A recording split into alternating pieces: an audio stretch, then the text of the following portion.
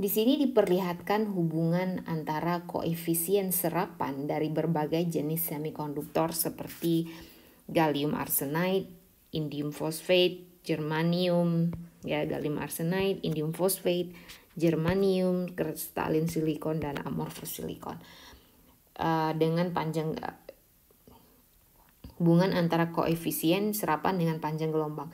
Jadi bisa dilihat dengan panjang gelombang yang pendek, ya, panjang gelombang yang pendek bisa diserap, koefisien absorpsinya cenderung tinggi, ya, hampir oleh semua material. Di sini juga diperlihatkan hubungan antara I, yaitu I adalah intensitas cahaya yang diserap, ya.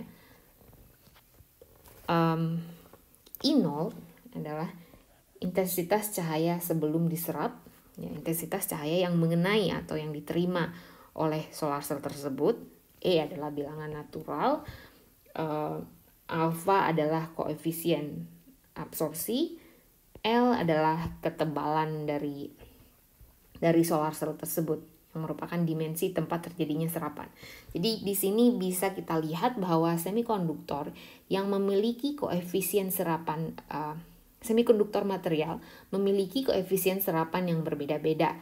Material dengan koefisien serapan yang tinggi pada gelombang tertentu akan menyerap foton yang dapat melakukan eksitasi elektron yang lebih banyak. Misalnya pada gelombang 800 misalnya, amorphous silikon itu menyerap sedikit sekali cahaya matahari jika dibandingkan dengan kristalin silikon, germanium, atau indium phosphate dan gallium arsenide. Sebelumnya kita tahu bahwa puncak spektrum matahari kita itu berada di sekitar 500 sampai 600, ya. Jadi kalau masih ingat kurva yang ini, ya. Kurva yang ini kalau masih ingat. Jadi itu berada di sekitar 500 sampai 600. Jadi di sini juga kita bisa lihat, kita akan cari material yang absorpsinya bagus di rentang tersebut.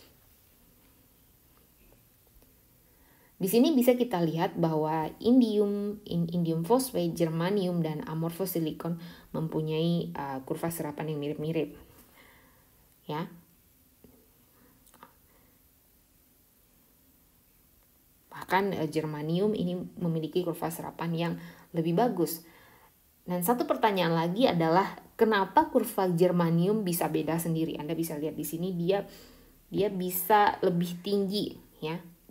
Hampir semua panjang gelombang. Bahkan di gelombang yang lebih panjang pun dia masih tinggi, ya. Ini karena band gapnya germanium jauh lebih kecil daripada band gapnya yang lain. Germanium ini band gapnya sekitar 0,67, ya, sedangkan silikon itu 1,12 elektron volt. Ini elektron volt. Gallium arsenide kalau nggak salah itu 1,3, ya 1,3 mungkin, coba dicek nanti.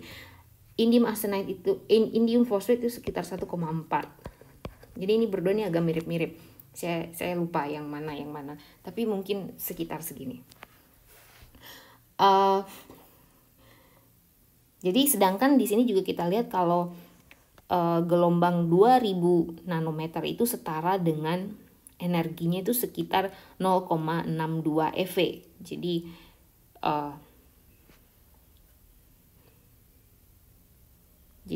Jadi untuk germanium, ya, kalau misalnya mungkin 0,67 ini di sekitar angka di sini, ya. Jadi untuk germanium semua gelombang di bawah 1900 itu akan diserap. Semua gelombang di bawah 1900 nanometer ini akan diserap karena band gapnya kecil sekali, 0,67 elektron volt saja. Jadi semua gelombang di bawah 1900 nanometer ini akan diserap dan dipakai untuk eksitasi elektron, ya. Berbeda dengan silikon yang band gapnya itu hampir 2 kali lebih besar germanium, yaitu sekitar 1,12 elektron volt, ya. Sehingga hanya bisa memanfaatkan cahaya dengan panjang gelombang di bawah 1200 untuk mengeksitasi elektron dari pita valensi ke pita konduksi. Jadi kalau di sini 0,62, di sini 6,2 elektron volt, Anda bisa kira-kira 1,12 itu di mana di sini? Mungkin sekitar daerah sini ya. Sedangkan pertanyaan lain adalah yang akan timbul ketika Anda melihat ini adalah kenapa silikon masih banyak dipakai untuk solar cell, padahal germanium kan kurva serapannya jauh lebih baik. Alasan pertama karena silikon jauh lebih murah daripada germanium. Yang kedua, cahaya matahari umumnya itu di bawah 1000 nanometer ya. Jadi kalau Anda lihat lagi di sini ya, cahaya matahari itu intensitas paling banyaknya itu di daerah di bawah 1000 nanometer gelombangnya. Jadi buat apa juga punya kurva absorpsi yang baik untuk gelombang yang di atas 1000-an, misalnya 1500, di atas 1500 itu udah hampir tidak ada gunanya. Yang ketiga adalah yang akan kita bahas selanjutnya ya. Untuk germanium ya, energi foton untuk gelombang di bawah 1000 ini jadi jauh lebih besar dari bandgapnya germanium. Sehingga ini akan membawa kita pada slide selanjutnya. Ya ini ya. Jadi yang mana jika foton energi ini jauh lebih besar dari bandgapnya, maka ketika tereksitasi elektron ini lompatnya itu akan kejauhan.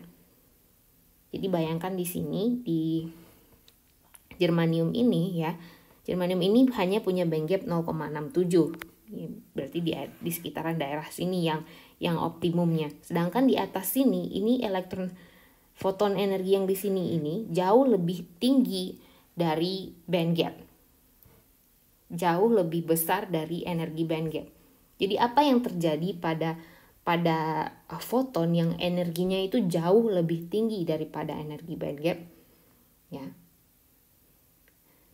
Jadi kita bisa membayangkan di sini. Jadi sebelumnya kita sebutkan bahwa pita konduksi ini terdiri dari beberapa tingkat energi yang saling overlap sehingga kelihatannya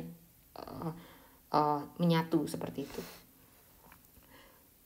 Ketika elektron menerima energi yang lebih besar daripada foton, elektron ini akan tereksitasi ke tingkat energi yang cukup tinggi. Dia akan semakin tinggi energinya, semakin rendah panjang gelombangnya ya.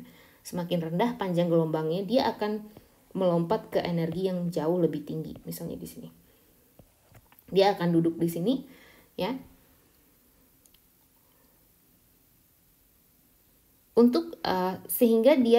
Sehingga sebelum bisa berpindah untuk melakukan kerja menghantarkan arus, dia nih elektron yang naik ke energi tinggi ini dia harus turun dulu ke tingkat yang lebih rendah.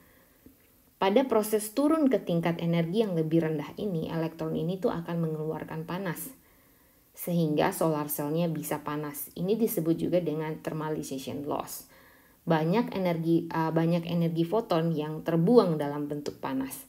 Nah, ini terjadi pada material yang semikonduktor yang bandgapnya terlalu kecil seperti germanium. Jadi solar cell-nya banyak energi foton yang terbuang ke dalam bentuk panas. Jadi dengan mengetahui koefisien absorpsi dari bandgap, dan bandgap dari material, kita bisa mengoptimalkan foton yang diterima oleh solar cell tersebut. Singkatnya, thermalization loss ini akan terjadi jika energi dari cahaya matahari ini jauh lebih besar dari bandgap material tersebut.